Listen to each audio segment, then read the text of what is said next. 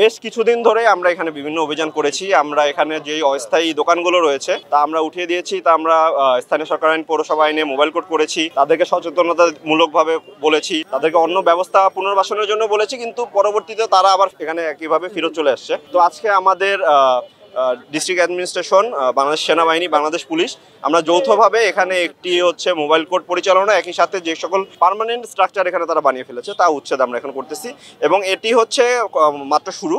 আমরা কন্টিনিউয়াসলি আমরা সকল স্টেক হোল্ডার মিলে এখানে আমরা অভিযান চালাবো, কারণ আমাদের মূল লক্ষ্য হচ্ছে বগুড়া শহরকে যানজট মুক্ত এবং একটি শান্ত শহর হিসেবে তৈরি করা। যেহেতু তারা দিন আনে দিন খায় লোকজন ছিলেন, তো আমরা একটু কনসিডারেশনের দিকেই তাদেরকে আমরা দেখতাম যে তাদের জরিমানার পরিমাণ থেকে সবকিছুই, যেহেতু তারা তাদের যাতে কোনো রকম হ্যাম্পার না হয়। কিন্তু বিষয়টা হচ্ছে যে তাদেরকে আমরা বলে গেলেও তারা আমাদের কথা সেই দামটা দিচ্ছে না, তারা আমরা চলে যাওয়ার পরেই চলে আসতেছে।